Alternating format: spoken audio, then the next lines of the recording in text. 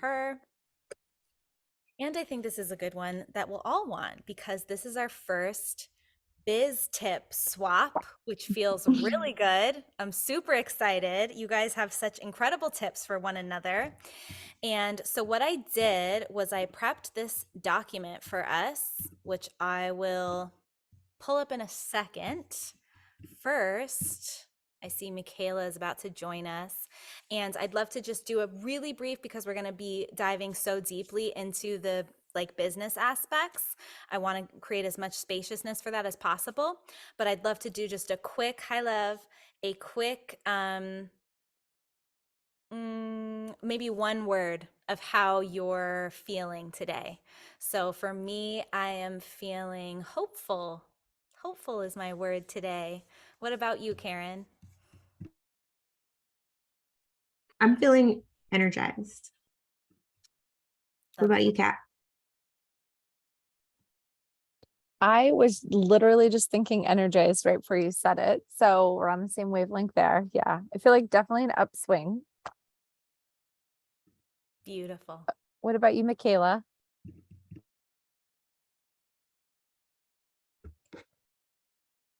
I'm feeling hungry and and really just on purpose, feeling really on purpose. What about you, dear? I agree with the energized. I am going to add aligned to that. Love it.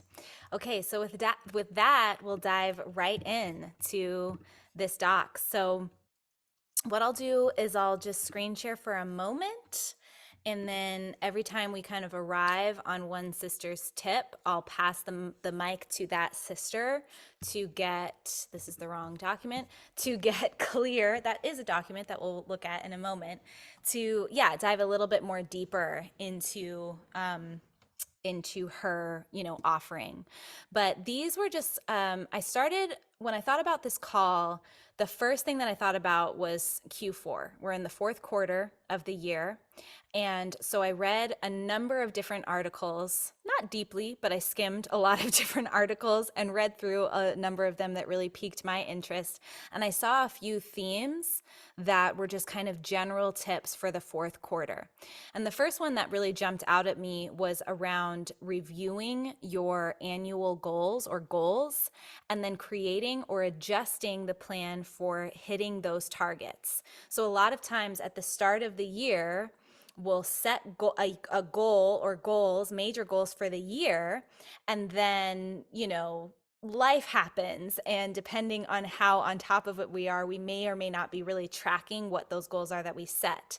So the fourth quarter is a really nice time to look at, okay, what did I say I wanted to accomplish in my business at the start of the year? Am I on track to hit that?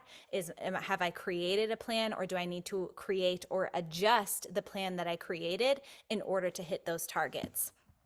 The second thing is you want to outline your holiday campaigns, right? Thanksgiving is coming up. The holidays in December are coming up. October 31st is coming up. So you want to have some, think about the holidays and how your business can leverage the holidays for, growth in your business. And then I thought this one was sweet. Create a reward for yourself and or your team, if you have a team, for hitting your end of the year goals. It's always nice to know you have something to look forward to when you've hit the thing, and it's nice to reward yourself and your team when thinking about your goals for the year and for this particular quarter. Now, it's always good to think about, I have this little graph that I found, which I thought was really helpful. It's always nice to think about each particular quarter and have a strategy that you utilize to goal set for that particular quarter. And when we're talking about a quarter, we're talking about a 3-month timeline in a year, right? So January, February, March, April, May, June, etc. Right now we're in the fourth quarter, so October, November, December, when we're in the final quarter for the year. And again, you have your so earlier when I talked about general tips, you have your review of your annual goal, so what you decided you're going to do for the year, but then you also want to think about what your quarterly goals are. So for this particular quarter, What do you want to have done? What are the goals for that? What are the upcoming initiatives related to that? You want to review the last quarter, what worked, what didn't, what your customers were saying, what your clients were saying, what your audience was saying. How can you use that to optimize your business and marketing efforts? And you want to think about process and planning and due dates and timelines and all the other things. So I just found that graph helpful when thinking about just kind of general tips for Q4. So I'll stop there. Any thoughts or questions about that, or should we just keep rolling into our individual tips? So, as a relatively new business owner, that is fantastic. Is there a copy of that somewhere? Yes, so you will get an email of this right Oh, after right after beautiful. the call. Yeah. Thank you. Yeah. And so what I'll do with this document as well, I'll email it to all of you, and it will be you'll be able to edit the document. So you'll be able to add things. You'll be able to tag each other and ask questions. Each of you had a learning that you wanted to get from the mastermind, right, from the group.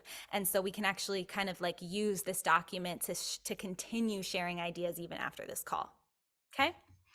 So with that, we'll dive into the first tip, which is from me.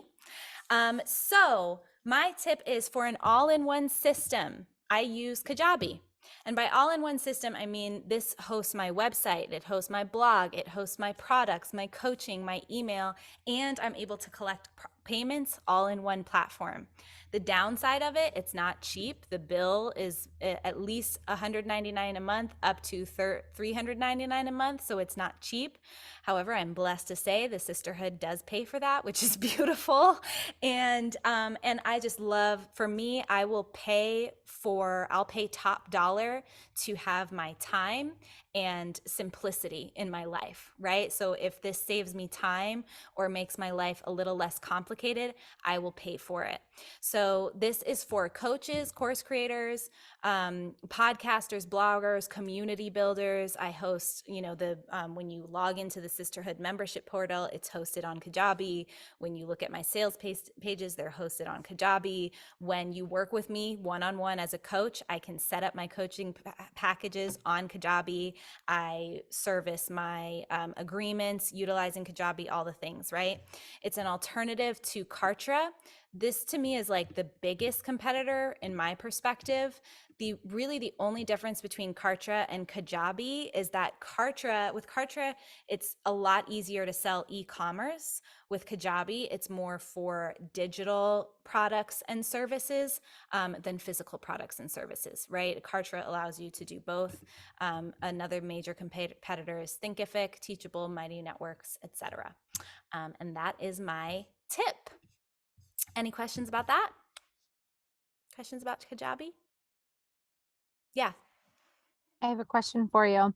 Mhm. So in Kajabi, is there a place that you can create like individual client profiles? So you could create like, so yeah, so like a little block, it would just be like someone's name, and then you can click on it and it would say like all their data or maybe things they've purchased from you or when they worked with you, what email campaigns you've sent them. Yeah, so you don't create that, it's automated, right? So within Kajabi, anytime anybody does anything on your site at all, as long as they enter their email, that information is recorded.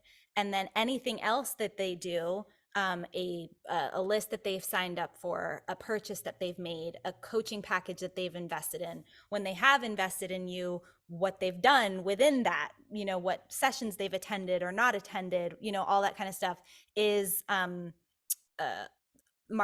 allocated into one like profile section that you can just like open up and look at. You don't have to create it. It just like does it. Okay. But can you create it on your own? Like Not create, within, no, I mean, no. it's not something that I've thought to do, I guess. So, but no, I haven't ever like come across that. You can Okay. create, you can create lists, you can tag people in certain ways, but in terms of creating in terms of creating a profile from scratch around a particular client, I can't envision a way that you could do that. Okay, cool. Yeah. Thank you. Any other questions related to Kajabi? Okay, so next in the doc is Karen. Karen had a ton for us.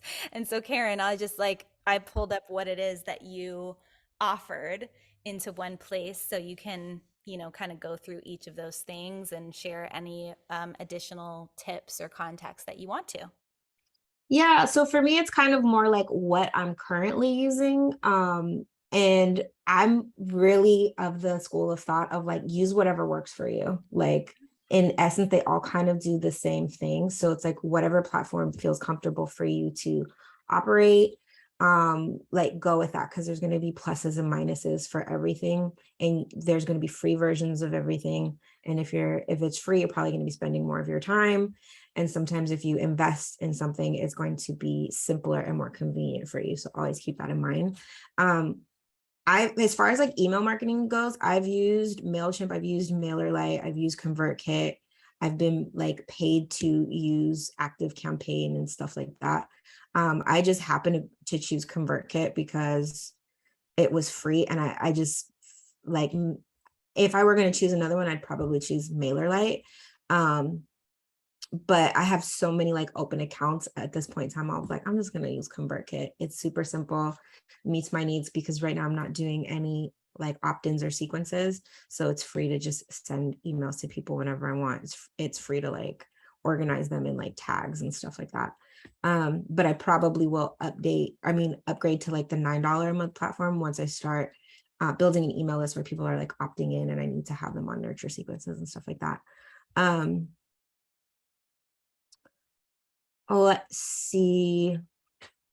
Yeah, I also I use WordPress for my website and I've had it for years. So that also is a reason why I don't have like an all-in-one platform like Kajabi for stuff, because it's like I have this thing that can do whatever I need it to do. So sometimes I'm like figuring out, well, what other software as a service do I need to like do my business operations? Right now, what I'm working on is an all-in-one like client management system, and I've chosen Dubsado. I've also used HoneyBook. I just didn't really like HoneyBook's dashboard. I found it really like I didn't like the user interface of it.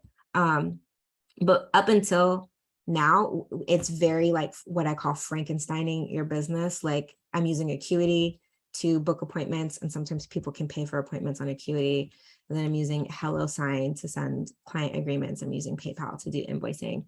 But that's, I don't think, an ideal client experience because too many separate emails coming from too many different places from my clients. So in my opinion, having an all-in-one platform like Dubsado is very convenient. The only downside to Dubsado is it takes a long time to set those things up. So like I paid somebody to tell me exactly what I need to do to set it up. And she like gave me like a video walkthrough and a booklet of like literally do this, then do this, then do that. And now it's just a matter of me implementing those things. Or I could pay her to do it, but I didn't feel like doing that. But yeah, that kind of simplifies things for you, simplifies things for your client.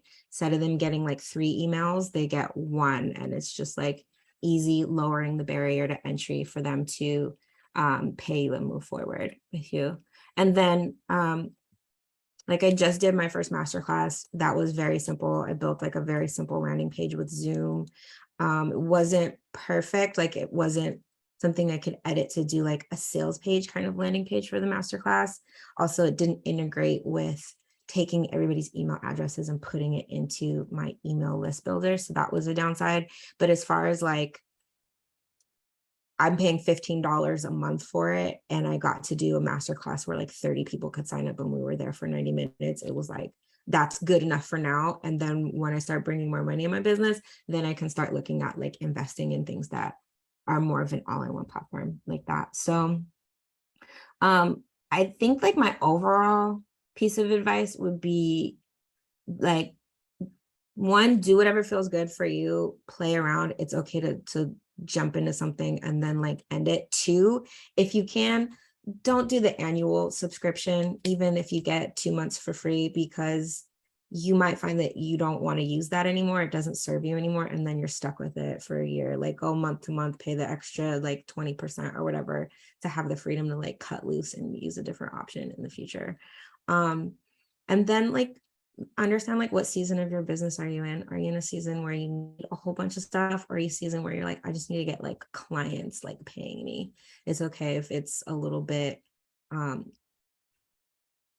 like pieced together for a while, and then when you have the money to like reinvest in your business, do that, like upgrade your softwares and all those things. And then like if I can, I feel compelled to say this, pay yourself first, like figure out what your monthly overhead is, set aside money for that, but set aside at least 50 to 60% of your gross in your profit. And then if your overhead is like more than 25%, that's an invitation to like re-examine what your expenses are.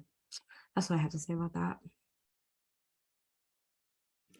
Amazing. Any questions for Kat or for Karen related to Dubsado, ConvertKit, Zoom Masterclass, or anything that she shared about her business practices?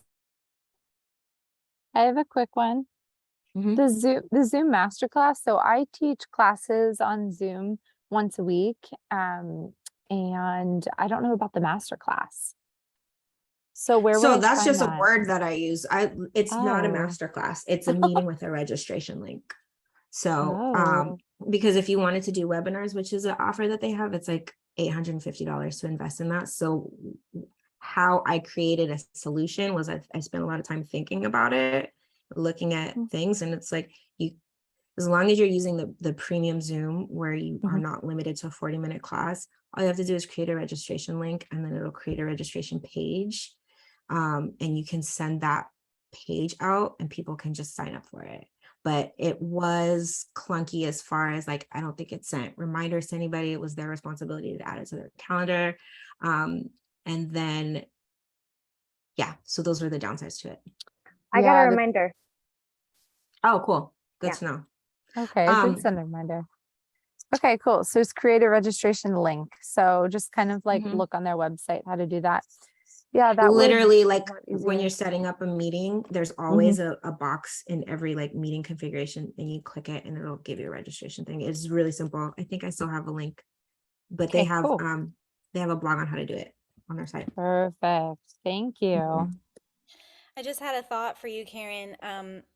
I use the I've used Zapier before for Mhm. different integrations. I can only imagine that there's a Zap for getting the emails from your Zoom registration to a list in ConvertKit. I can Yeah, there probably is. I'm also in the space where like it took all the brain capacity I had to figure out how to do the master class, that I was not open to the idea of figuring out how to zap it too. So Yeah. that's the other piece, is like, I like, what are you willing to do? Like, I'm not willing to have also like, I really would prefer not to have like 50 different accounts for things, Yeah. but I don't think mostly it's because Zap just scares me. So I just like don't want to fuck with it. Oh, I feel you. To be honest. It took me a good like 2.5 years from when I first heard what that was to be like, oh, okay, let me integrate it. It was Mm-mm. because I can do everything in Kajabi. The one thing that I couldn't do was automate when I started doing Facebook ads, getting the Mhm. emails that were generated via the Facebook ad form into my system in Kajabi. So I was like, oh, Yep. I need a Zap for that. Like if I'm gonna spend money on this ad, it's got to go into my system. Like these emails can't get lost, right? I'm not gonna be manual. Yeah. I would prefer to learn the thing than manually do it. But I feel you. Like Mhm. that took me 2.5 years to No, do. it was literally like the month of September was me learning a million, like not a million, but at least a half a dozen new things, like email marketing, list building, building out curriculum for a masterclass, feeling confident to present that material, doing the Zoom registration. The last thing I wanted to do was figure out how to like zap something. So now that I know how to do all those things, then I can move on to, okay, well, let's add in the zap and make it that much easier, you know? Feel you, sis. Whenever you want, Yeah. or you can just do what you just did. But if you want to do it, yes. No, I'm actually thinking of using something like Podia for things like that. But I'm also like, my brain needs a nap. You know So, what I so mean? yeah, I'm curious about that. So you said you have WordPress and you have ConvertKit and you Hmm. have Zoom. Why do you Hmm. need Podia too? Couldn't you host it on couldn't you host a masterclass you leveraging WordPress or ConvertKit? Why would you also need Podia? One, I don't know how to do that in ConvertKit. I didn't know that was a thing for me to like be like, hey, convert, like does the I'm reason like, why I'm thinking of Podia is because eventually I want to repurpose my live master classes as opt-ins, as mini courses, right? And so you bring up a good question. Do I need that or does it live in ConvertKit? My question is like, who's hosting the video, right? I think you already have it with ConvertKit. I think you can yeah. think you can sell digital products and courses using ConvertKit. So I assume if you can sell them, you could also have them for free as lead magnets or whatever you want to use them as. So that's a good point because then you're letting me, like, you knew something about ConvertKit that I didn't know that ConvertKit was capable of, right? There you So go. to your point, I do like to have a small digital footprint. So that's like, now I'm excited to go look at what ConvertKit can offer me. The other thing too about WordPress is at this point, I just find WordPress is really robust to be like extending your website and building it. It's totally possible. I just don't feel like doing it. I want everything to be as simple as possible. Girl, I wrote WordPress. WordPress is where I started actually. Mhm. And I have to say, you can do anything you want to on WordPress, but you got to learn how to do it. And learning how to do it is like, You either learn how to do it or you pay somebody to do it. And I know a bunch of people that I can pay, but I'm not at a season of my business where I want to keep investing stuff in that without seeing a return yet. yeah, yeah, feel you. Yeah. All right. I just want to say real fast, I've been deep into ConvertKit for a little over 2 years. So if you ever have questions, let me know because you don't even want to see my integration and my trees and this, then that, because Mhm. with your class, it would just be like a series of emails, like boom, boom, boom. And then it would say, do you want to do this? Do you want to buy this? Right. And then Mhm. it's like they hit yes. And then it goes down a whole different other um pathway Yeah. versus if they hit no, or if they take no action, then the email sequence would continue down another pathway, so you can just keep branching and branching. Does that make Yeah. sense? It does make sense. Yeah. But when you have Yeah. the free account, I don't think you can do that many branches. So then it becomes a question of, Oh yeah, I pay for mine. yeah, yeah. But Yeah. literally, like, y'all, I had nothing. I had nothing at the beginning of the month, and now I have all these things. Good for And you. so Yeah. thank you. Yeah. ConvertKit took me like I 6 months know. to really like feel good about. Mhm. And so, yeah, I was like, what's the quickest, dirtiest thing to just get running? And then I'll go back and refine. So thank you so much for just letting me know how many options I have because I'm using ConvertKit now. Thank you. Oh yeah, there's so much you can do. So just let me know before you go buying something, because I took a course, like a paid course of how to use ConvertKit, because I'm like, I need somebody to Yeah. pay me quickly. Like I need to figure this out. Mhm. And then she gave Love me it. actually homework, and it's like opened up my world. Like she made me create sample pathways. Mhm. Yeah. I So love just let that. me know. Thank you. I will. Thank you. Yep.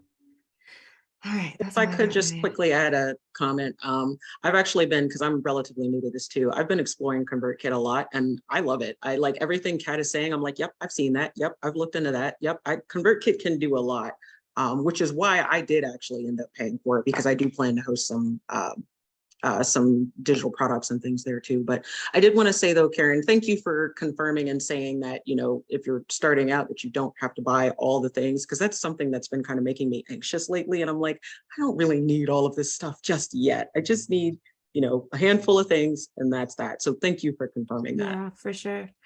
I don't want to say like do your business for $0 because I do feel like there's overhead for it for sure, but it can be a rabbit hole, and then you just want to reflect back and it's like, but how much money am I actually bringing in? That's all. Yeah. Beautiful. All right. So next up, we have Dira, and this is in no particular order except the order in which I heard from y'all. So Dira, I heard from Dira next. So you want to share your biz tip with us around Pinterest? Yeah, it's not a huge tip, but it's something that I've come to learn and love here recently. Primarily for me, because I am working on building an audience right now. And I've been focused on TikTok. But what I've learned is you can repurpose your TikToks and post them on Pinterest. Pinterest is a massive search engine. It's fantastic. It's easy for people to find you. You can link your website to it, and just using, simple SEO tactics. Well, I say simple, but using SEO tactics, you can get more volume sent to your website, to your TikTok, to your Instagram, whatever links you have on Pinterest.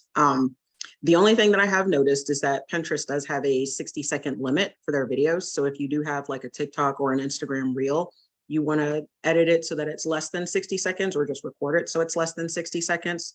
But then you can post it as an idea pin on Pinterest, and Pinterest absolutely loves that. And so then with that idea pin, you've got the volume going to your pins. If you have a Pinterest business account, which I recommend, you can track the analytics and the metrics to see, which pins are drawing in, users, potential customers and clients, which ones are clicking off to go to your website, et cetera. And then it's just a matter of keeping your keyword game on point, which there's a lot of information about that online. I could go into it, but I'll be talking all day because I love Pinterest. So that's all I had for that. I love that. That's huge. I'm so glad that you use Pinterest and that you love it, because it's something I've been thinking about for some time. Because what I've heard, and I'd love to hear your thoughts on this, but is that yeah, it's really good for SEO and driving, but traffic, as you mentioned, driving traffic back to your website, blog, etc. So yeah, I've had a resistance to adding another thing, but it feels, I don't know, when you talk about it, it feels doable. I believe it is, because I think for me, when I first looked into it, I was like, this Pinterest is so complicated, and there's all this stuff. But I had a meeting with a Pinterest expert and was talking to her about it. She simplified it down for me, and I was like, holy shit, this really isn't that hard. So it's just a matter of, as long as you've got the SEO and the keywords set up properly, it literally could be a gold mine. And then Pinterest does have this, I think they're still calling it the Creator Fund, that they're rolling out. I think it's every quarter, but I'm not sure. But once you have a certain amount of followers, and it's really not that much, I think it's like 350 maybe. But once you have a certain amount of followers and a couple of other metrics to meet, you can then go into the Creator Fund, and then you start getting paid based on your impressions from Pinterest. So, which is absolutely fantastic. I love it. Cool. Cool. And so, yeah, so can you tell me a little bit about, if there's one thing that, like, I've studied a lot of different areas of business, but if there's one thing that I'm not super versed on, it is keyword research. So do you have like resources that you recommend, or just like kind of best practices when trying to identify the best keywords to use in your business? For Pinterest specifically, yes. For other aspects of business, I'm still working on that. But for Pinterest, there is a, and I'll pull it up here in a minute, but I believe it's trends.pinterest.com. But if you're logged into Pinterest, you can hop over to trends.pinterest, and you can do a search, and it will give you kind of the ups and downs of how that particular keyword is doing. For example, if you go into trends.pinterest and you type in divine feminine, it'll tell you, divine feminine did really well last month. It's, not doing as well this month. The month before that, it did fantastic. It gives you kind of all those numbers so you can see, okay, this is a keyword I want to use because it's doing better, or it's not doing as well, etc. Trends.pinterest it's great because it's like, it's a simple part of just saying, okay, what keywords are doing well on Pinterest? You hop over there, type them in, and it'll tell you. And then it also gives you suggestions kind of underneath the little graph of, other possible keywords that are connected to it, or that you could try using. So I want to say it's trends.pinterest.com. Actually, I have it saved. Okay, yeah. If you want to pop that into the chat, I'll add it to the doc. Is it similar to like Google and YouTube, where you want to pick a keyword that is popular but doesn't have as high competition? Do you need to pay attention to that in that manner, or not so much?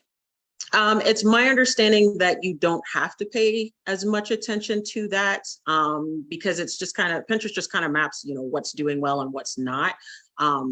And I don't really think the competition aspect of that is an issue on Pinterest, so to speak, because people are always on Pinterest looking for stuff. And so, I don't think that's something that's as big of a deal on Pinterest.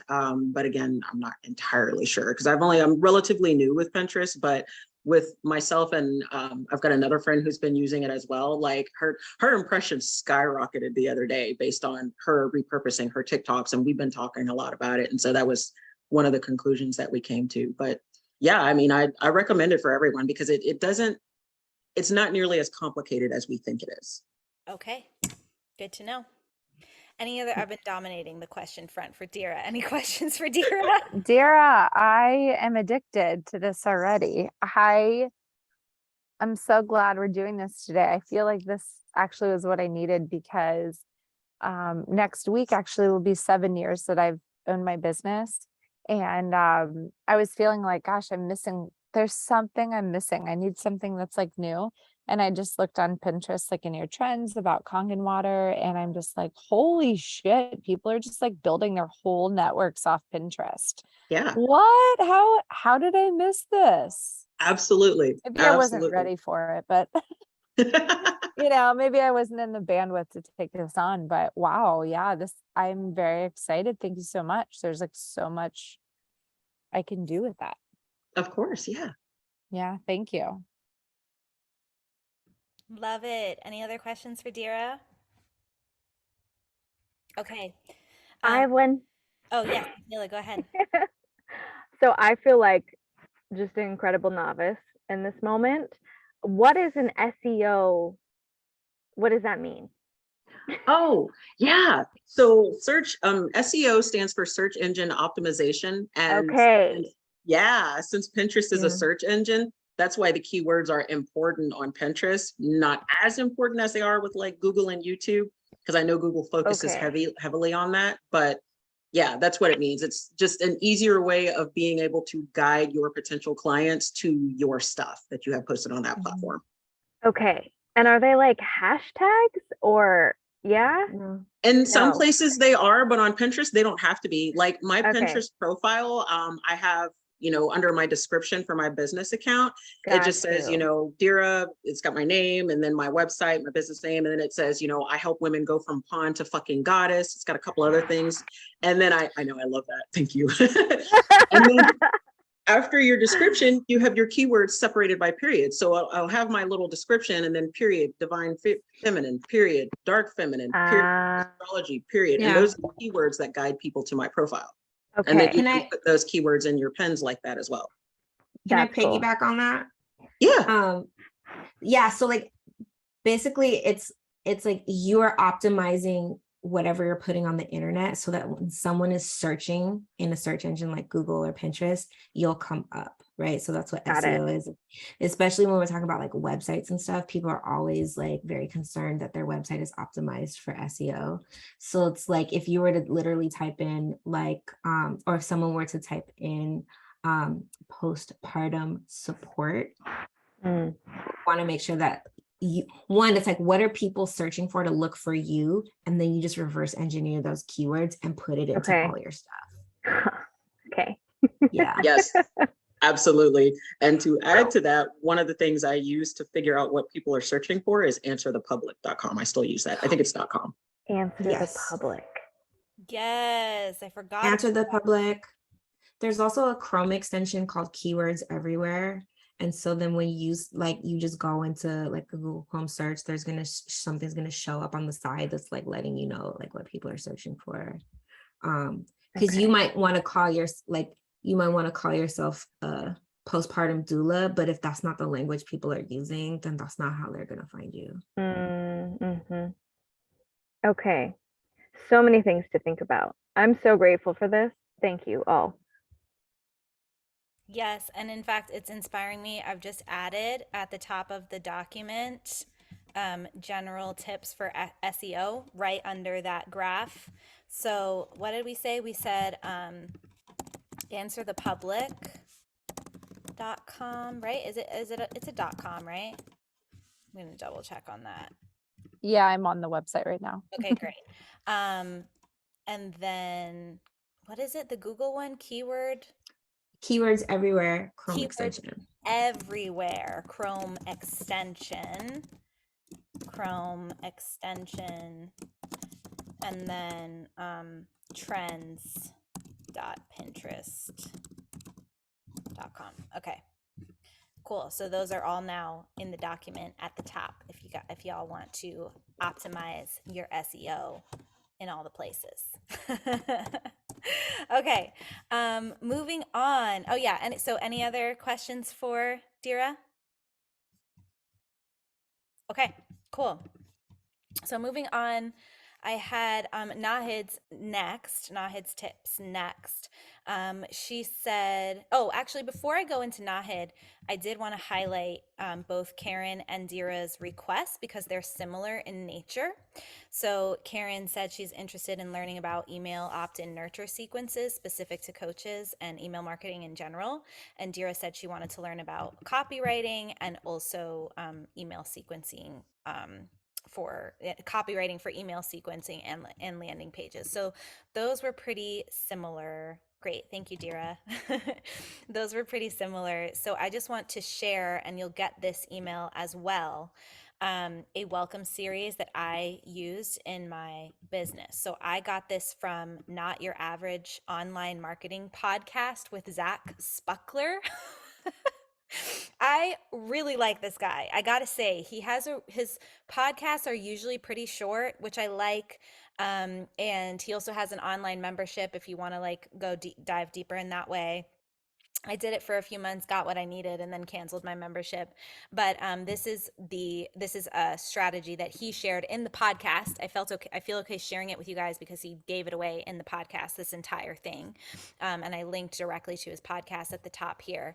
But this is a 5 email series that I've incorporated in my business. So when I was listening to this podcast and taking notes, I was doing it, on behalf of the Sisterhood. So you'll see, like here, have you joined the Sisterhood yet? But, you just like insert whatever works for you. Like, have you bought X course yet? Or have you booked your call yet? Or have, you know what I mean? Whatever. But this was the basic email structure that he recommends for a welcome opt-in email series.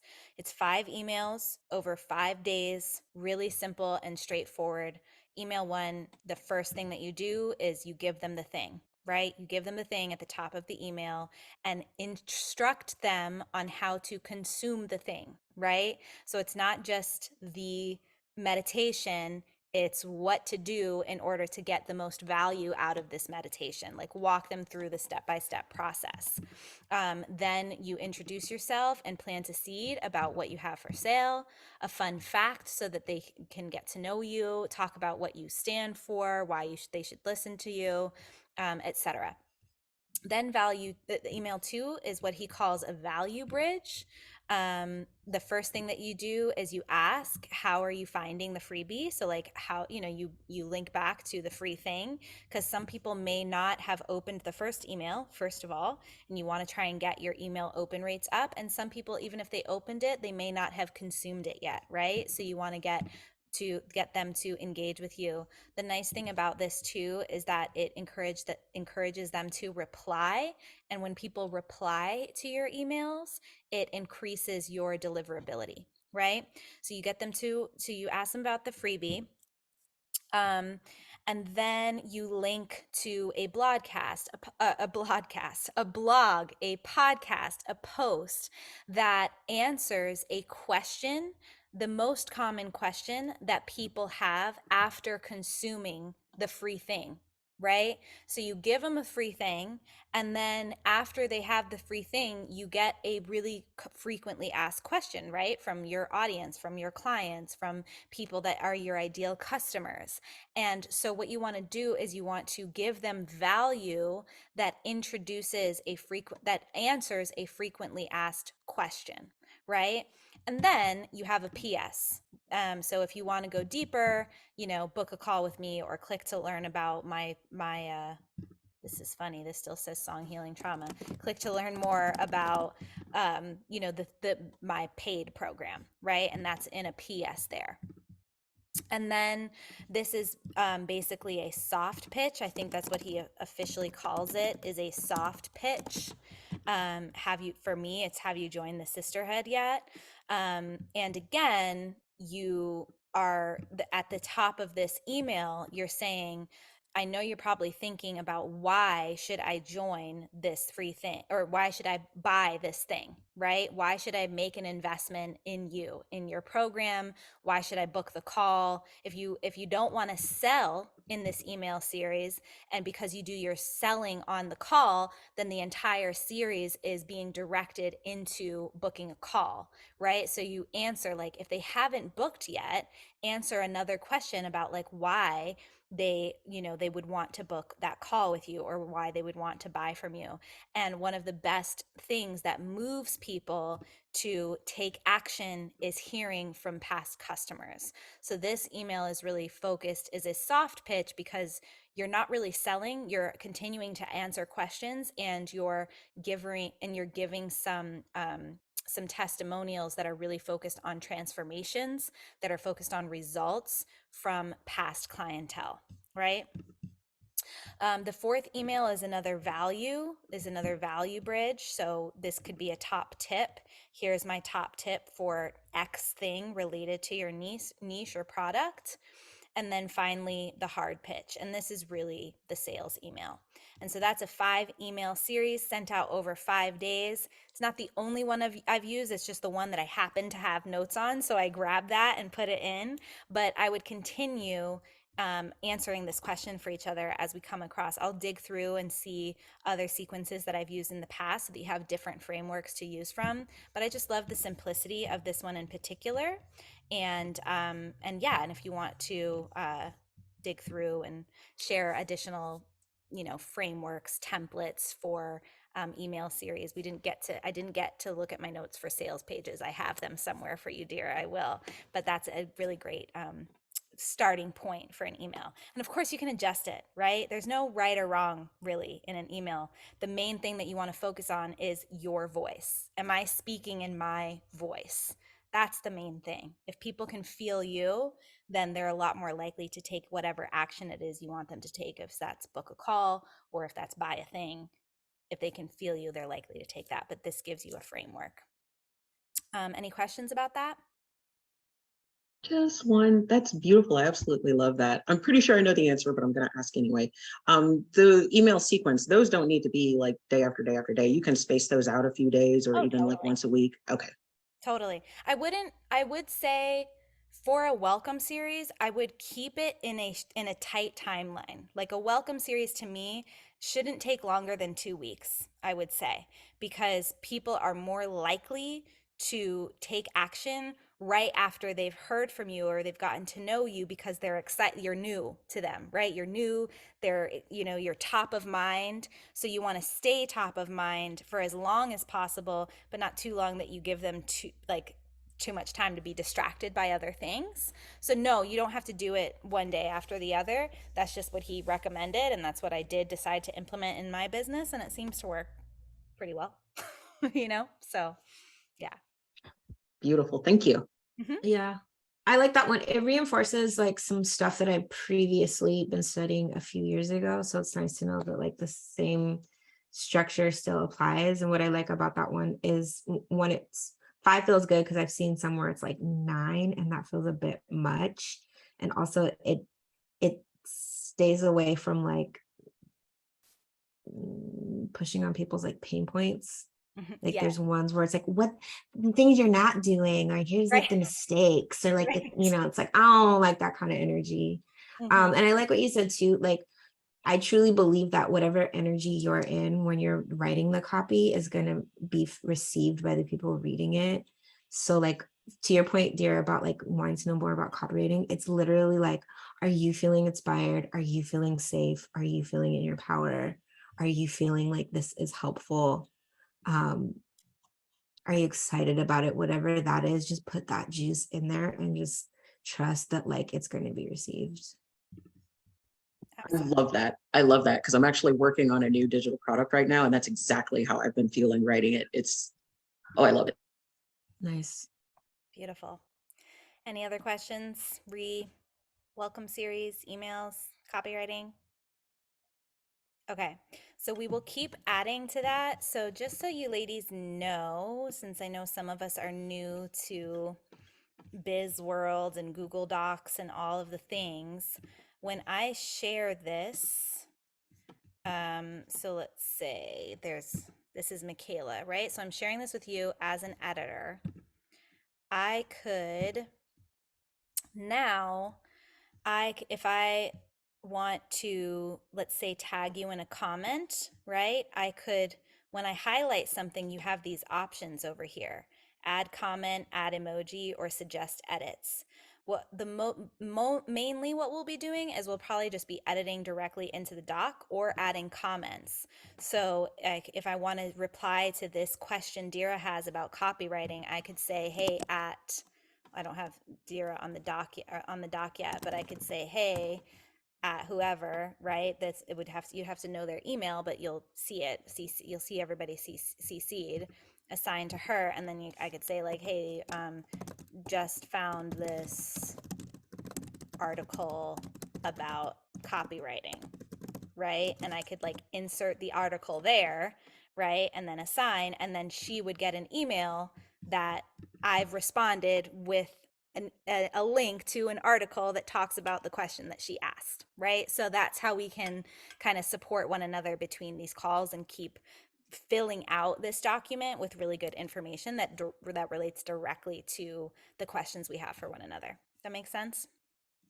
Okay, cool. So next we have the info from Nahid, which I'll just go over real briefly because she's not here.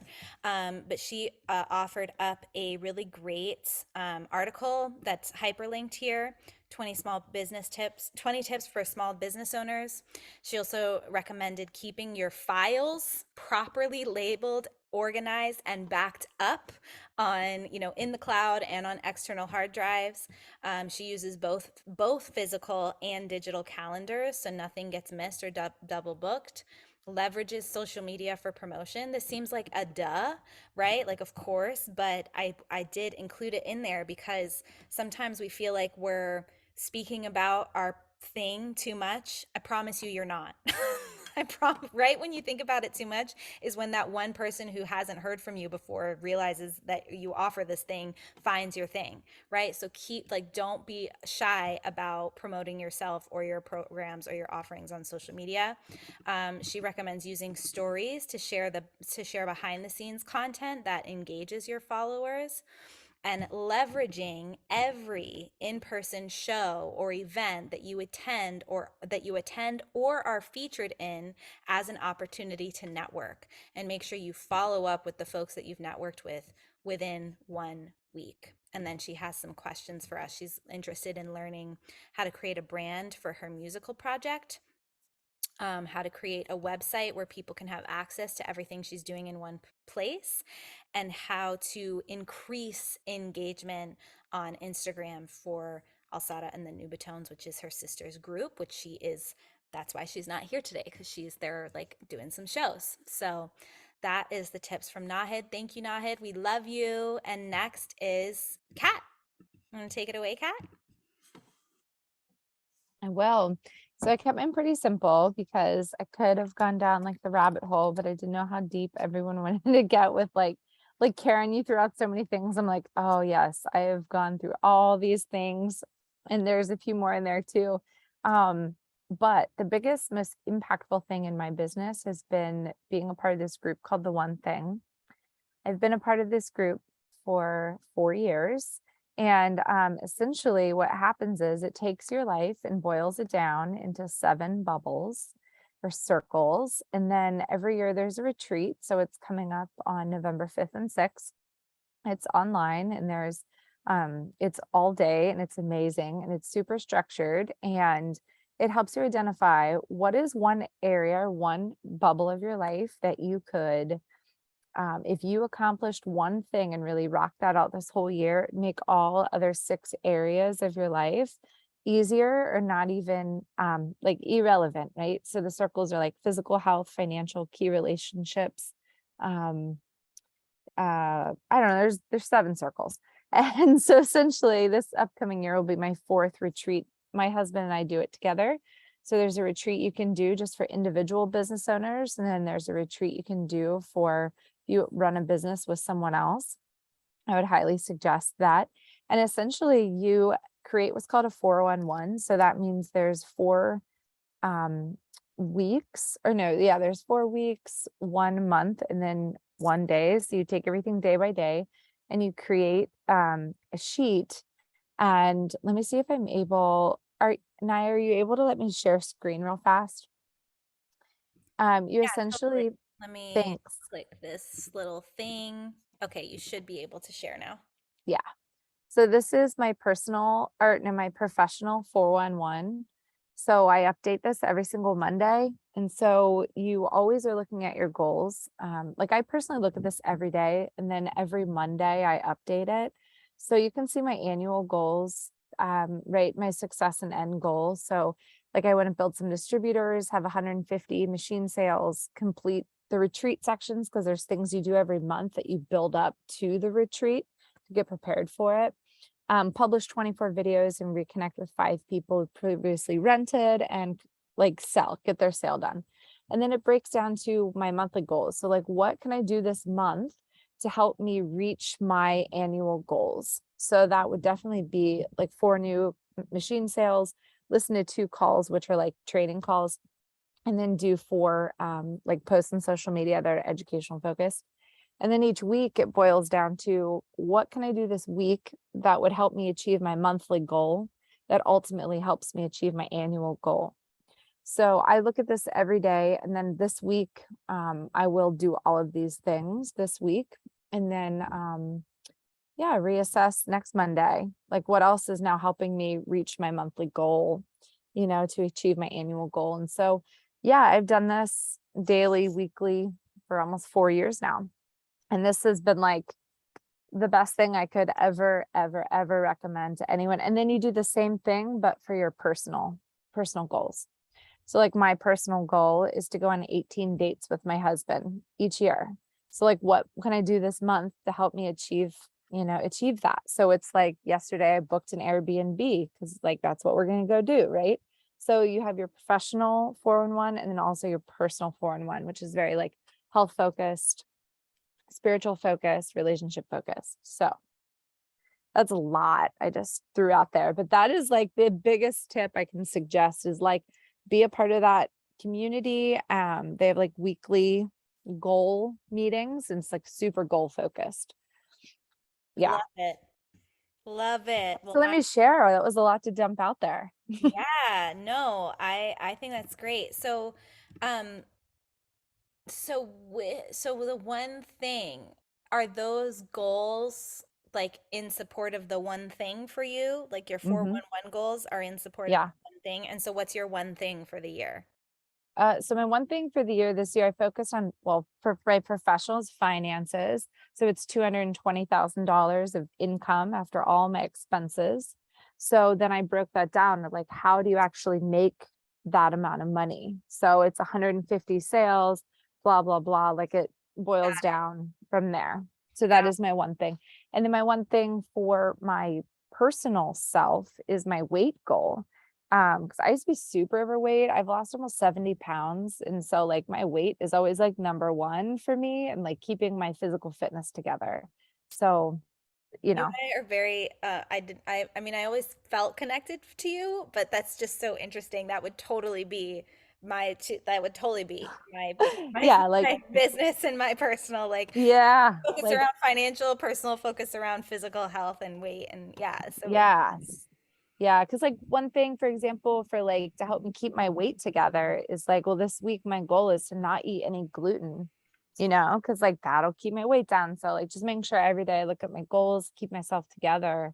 Like it's so easy to just get off track, Mm-hmm. Yeah. Amazing. Any Yeah. questions for Kat about the one thing? I love that. That's like SMART goals with the power of the sun. Like that's fantastic. Thank you. It's a daily commitment. You gotta look at it every day. Yeah, okay. So actually, yeah, that is a question that I have. Do you get to know other people in the community as a part Yeah. of this? Hmm. Um, and are there like, do you notice trends about like people who are really successful with this one thing versus the people who are not, and like what you see working well and not working well?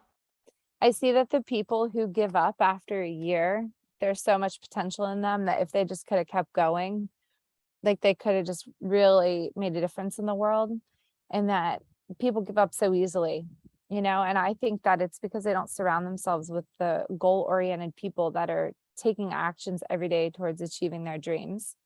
And yeah, the people, so you can join accountability groups, in there that are all goal focused. And it's like the people, I think people with too much time on their hands don't take it seriously enough. Hi, here's my little daughter. The people they aren't as busy. Hi, this is my little daughter. She's a result of my goal setting.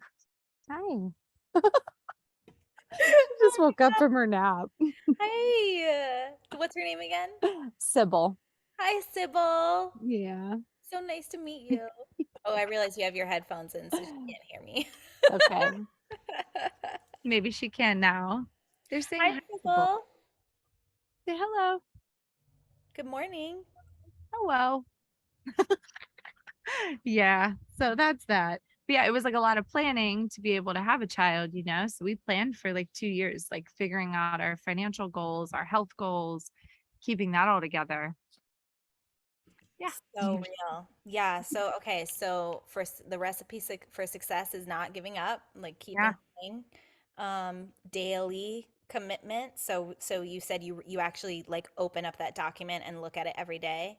every Yeah. day, and then surrounding yourself with people who are goal oriented and taking the action. Yes. Yes. And attending the retreat, attending the goal setting retreat Mm-hmm. is a big one. Like committing to doing it because it's like a lot of work you do every month leading up to the retreat. But it's great. Like it's fun. Like it's super fun. So Beautiful. that's that. Amazing. All right. Well, this was such a good call, women. Like I am so inspired. And Michaela, you didn't send me anything. She did check in with me on it. But I'm just curious, like she had a whole mind trip. So I don't know if you want to talk about the mind trip you were having about it. But I am curious, like if hearing from, like the tips that other women had, if something came to mind that you want to offer us, or if you just want to use a moment to just, I don't know, just share something. Give us. Absolutely.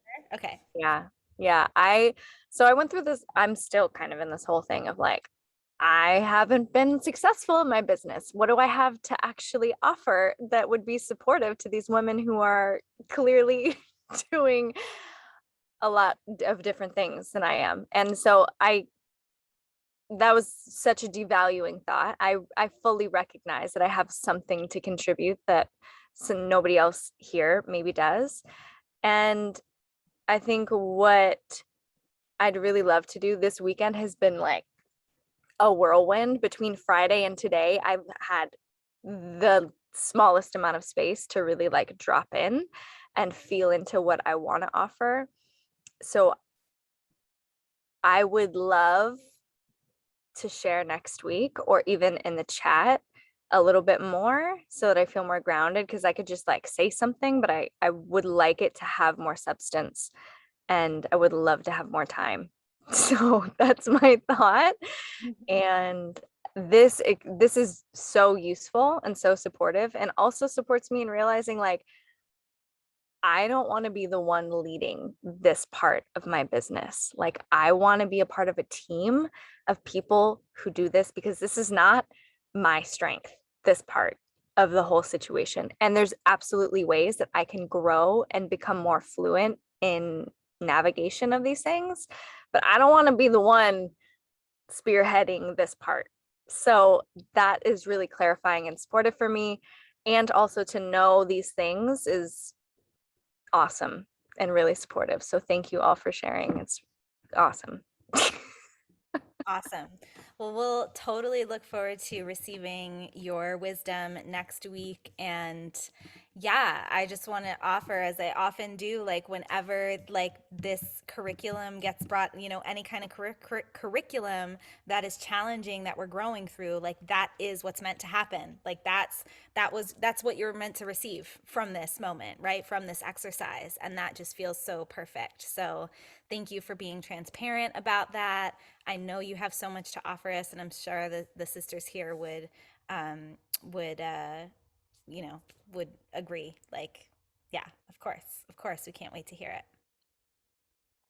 it. Of Can I offer something as well there? course. Um, Michaela, I absolutely adore everything you just said, but here's something that I want to offer to you. I'm actually also relatively new to this too. My business just started bringing in revenue within like the last couple of months. So this is all relatively new for me. But I just felt so connected to the Pinterest thing. And I thought it was such a fabulous idea. And it's one of the reasons I am doing better in business. That's why I put that out there. So like, yeah, being new, I can understand feeling like, I didn't really have anything to offer, but then I was just like, nope, you've got this. This has been working for you.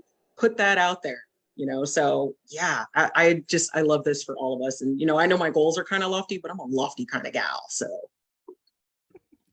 Yes, yes, Dira, and go, Karen.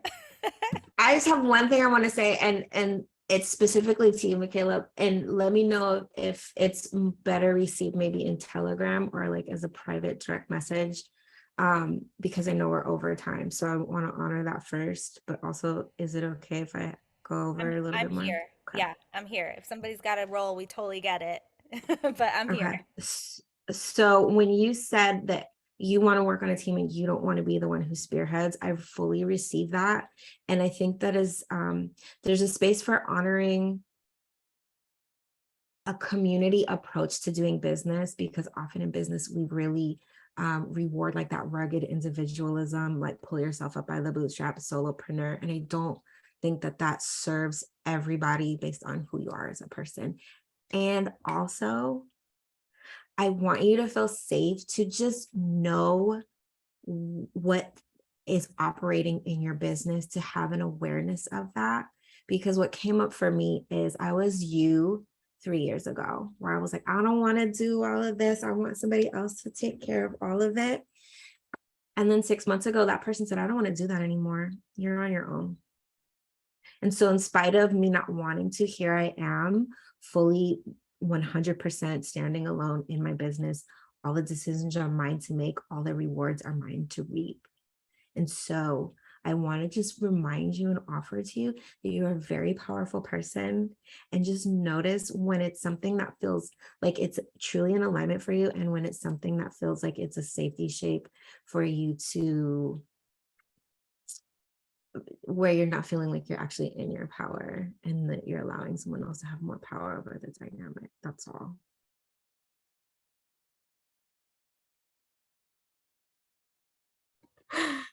Thank you. Yeah, thank you.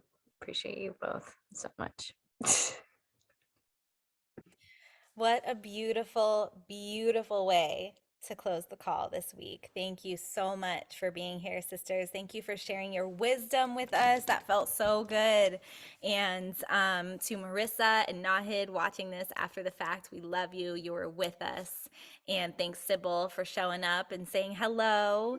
And yeah, I'm so excited for next week. So, gentle reminder, next week, if you feel like you want some additional support for your business and you want to self-nominate yourself to have us focus a little bit of extra attention and support on you, your personal life, your business life, let us know in the chat so that I can create some time for that in next week's call. Michaela, I will look forward to receiving whatever wisdom you have to share with us.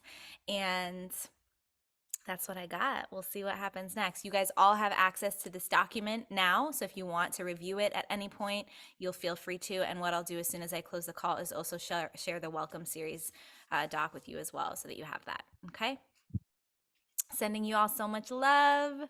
See you next week. Thank you. Bye. Thank Bye. you. Bye.